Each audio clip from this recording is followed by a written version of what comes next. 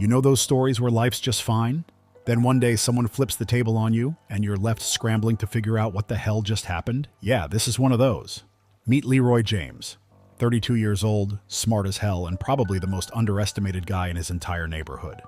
Hell, even the guy who cuts his lawn thinks he's just some regular dude. But that's what makes this story so damn good. Leroy lived in a tiny apartment just outside Atlanta. If you walked by, you wouldn't even notice his place. Peeling paint on the door. A busted mailbox hanging on for dear life. His downstairs neighbor, old Mrs. Dolores, was his daily dose of unsolicited life advice. "Leroy, honey, you gotta stop playing that music so loud. Ain't nobody want to hear all that racket," she'd yell through the walls like clockwork. Leroy always smiled, nodded, and turned the volume down, but only for 5 minutes. See, Leroy wasn't just some random guy scraping by. No, sir, but we'll get to that later. For now, all you need to know is this. Leroy had a little problem. A brother named Marcus. Marcus had a habit of making bad decisions. Real bad. Like the kind of decisions that end with you behind bars or worse.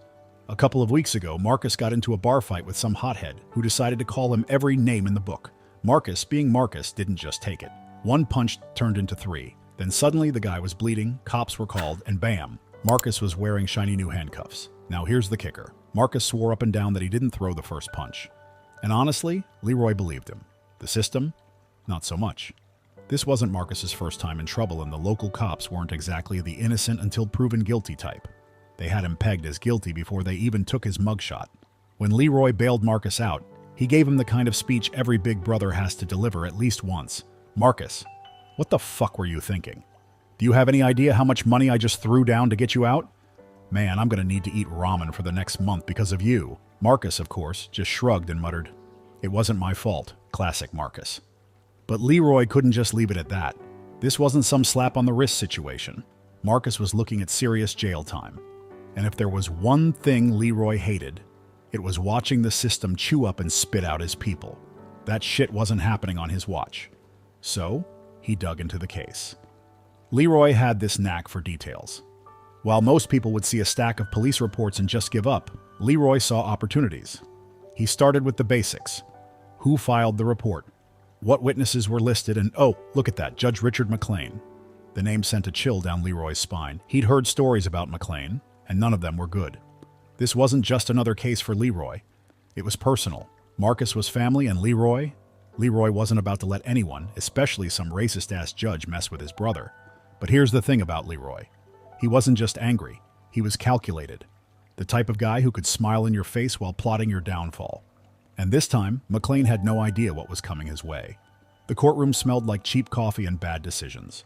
Leroy sat in the back, arms crossed, watching the scene unfold like he was at some low-budget theater production. Marcus sat at the defendant's table looking like a kid caught stealing cookies. His lawyer?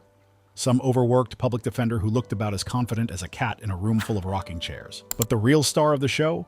Judge Richard McLean. This guy strutted in like he owned the place. Mid-50s. White as freshly pressed sheets and radiating that "I'm better than you" energy.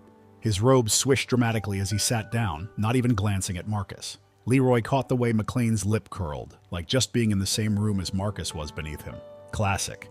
"All right, let's get this circus moving," McLean drawled, flipping through the case files like he was skimming a grocery list. "Bar fight, assault, resisting arrest? Yeah, looks about right." Leroy's jaw clenched.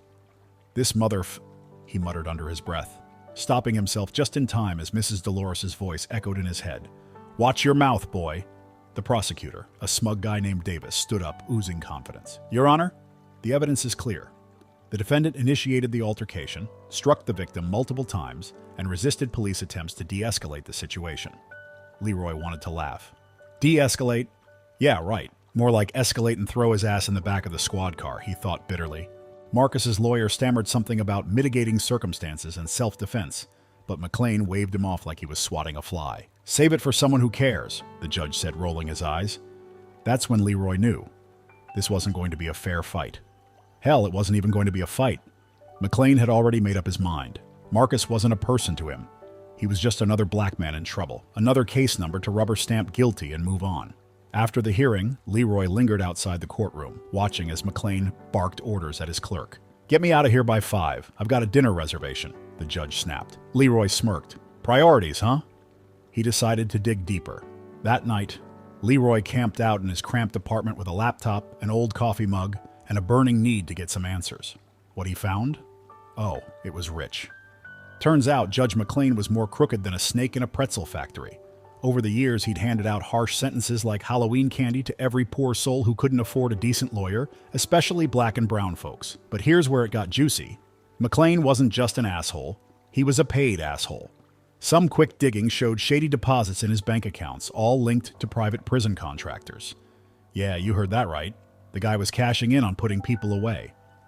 Unfreaking believable, Leroy muttered, scrolling through the evidence.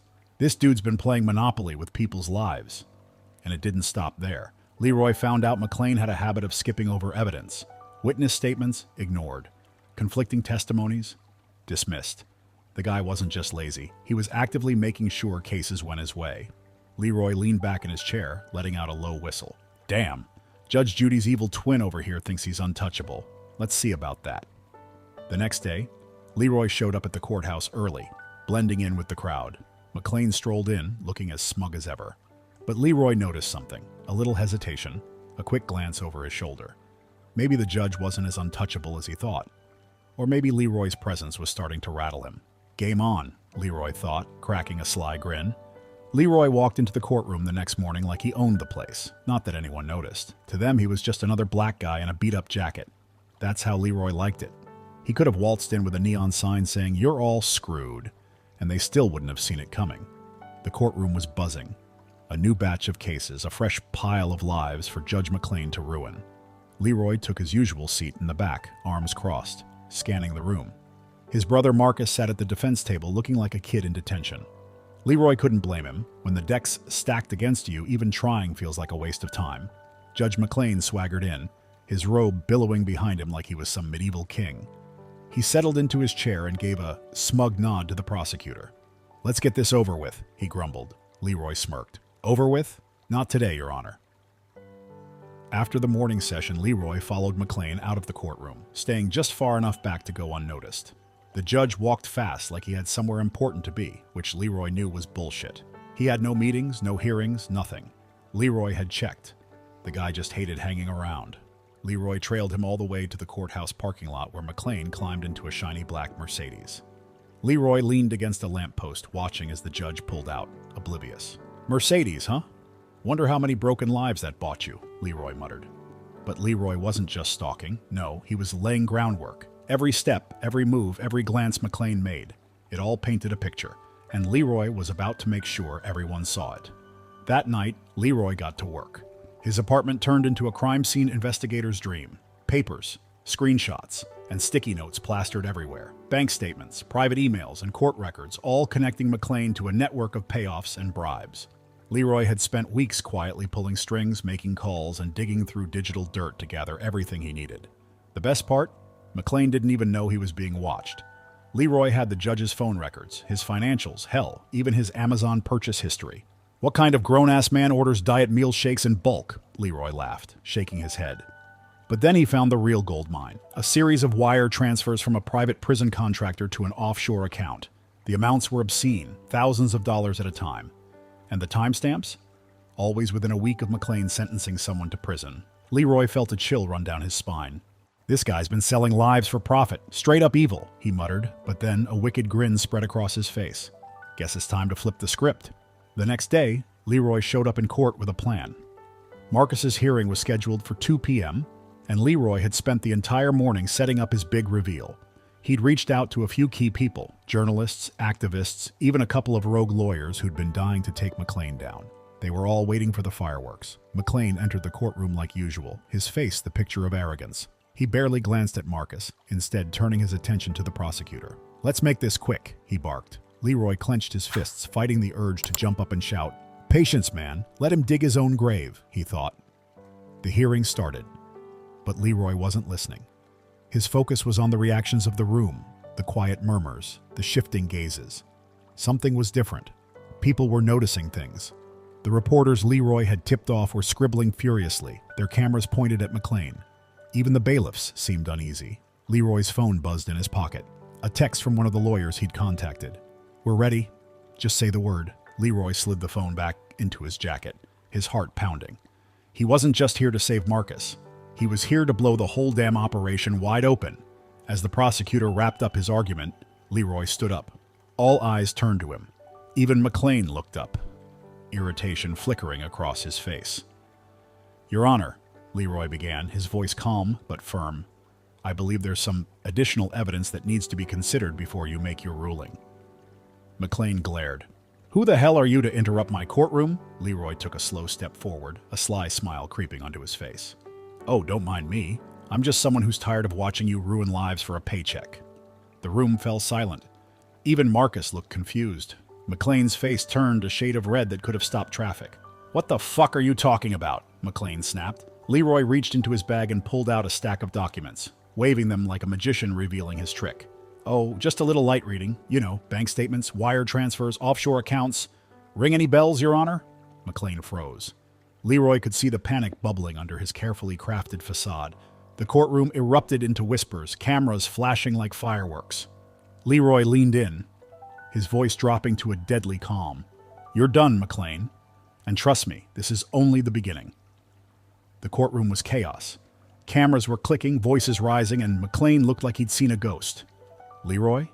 He stood there, calm as a Sunday morning, holding the documents that were about to end McLean's career. "Order! I'll have order in this courtroom," McLean barked, slamming his gavel like it owed him money. But the panic in his voice, that was the sound of a man caught red-handed. Leroy didn't flinch. He took a step forward, locking eyes with the judge. "Order, huh? That's rich coming from you.